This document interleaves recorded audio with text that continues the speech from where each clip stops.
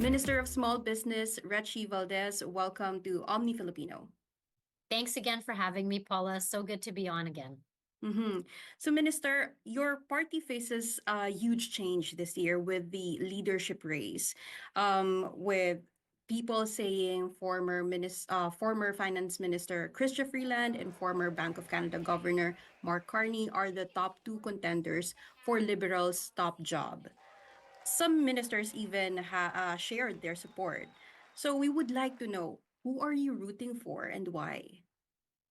Yeah, first and foremost, I just want to share that our kababayans and Filipino Canadians across the country have a once in a lifetime opportunity. This is not just about choosing the next leader of our Liberal Party. You're actually voting in the Prime Minister of Canada. And what I can say is I'm proud to support Mark Carney as our next leader for the Liberal Party of Canada.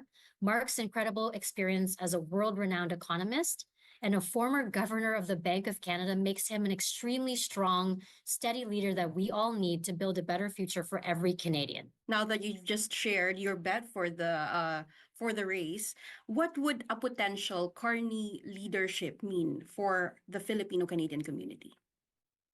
Mark, again, with his incredible experience, he's been a trusted advisor to numerous leaders, not just here in Canada, but around the world. And right now, given the challenges that we're all facing in Canada, whether it's the rising cost of living, etc., Mark Carney is best positioned to be able to have that experience to navigate the challenges that we're experiencing today. And I believe and I fully support him as our next leader, not just again for the Liberal Party of Canada, but of course as the next Prime Minister of Canada. Minister, multiple polls show Liberals' declining popularity. So, what do you think should be the characteristics of a liberal leader in order to have a really huge chance in winning the next election? What I do want to share is that, what our government has accomplished since 2015 is incredible. We have our national early learning and childcare. So now families all across Canada are experiencing as little as $10 a day in terms of childcare. That is a phenomenal feat that we've been able to accomplish. And think about our Canada Dental Care Plan, which has already helped many 1.3 million children and seniors right across the country. This has been tremendous, as well as what we're about to roll out with the National School Food Program. So to answer your question, the leadership race is critical in choosing who is best to take on the Conservative Party and, of course, Pierre Poilievre in the next election. And it's to continue the work that we're doing to be able to support our economy grow, and, of course, to help Canadians with regards to, just the cost of living and, of course, the challenges that we're facing today. And again, to reiterate that I believe that Mark Carney is the best person who will be able to take that on. And I want to pivot to you, Minister. You've made history when you were elected as MP for Mississauga-Streetsville. We've followed your story, and you're the only Filipino member of parliament. And a lot of Filipinos are wondering, what are your plans for the next election?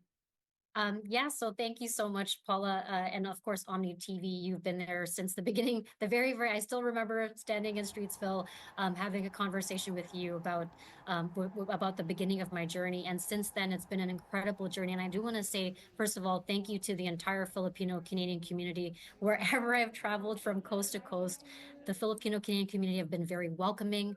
They've shared, all their experiences. They've shared with me their concerns. And then taking on the ministerial portfolio, I've met with countless Filipino Canadian small businesses across Canada as well. And I'm just so incredibly grateful and very proud of how much we've been able to accomplish together. As a Filipino community, we've united. And I can feel that there's this change, there's this movement for us to continue to do that.